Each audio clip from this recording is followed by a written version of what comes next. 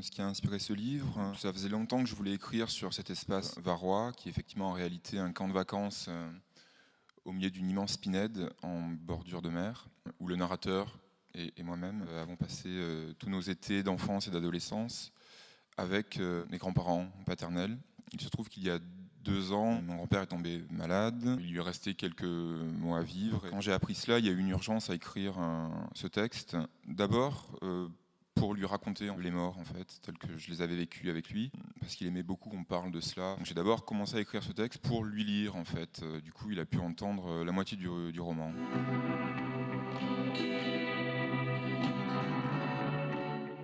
La construction est fragmentée, des courts fragments, enfin des fragments plus ou moins courts, plus ou moins longs. Parce qu'effectivement, c'est un texte sur la mémoire, c'est un texte qui est écrit au présent, mais qui entremêle différents temps, un temps présent et un temps passé, un temps même que je n'ai pas connu.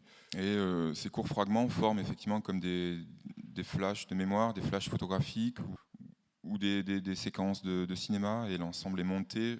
Enfin, c'est comme ça que je l'ai envisagé, comme une sorte de film, une rêverie, un fantasme. Et c'est un texte qui va vers une disparition.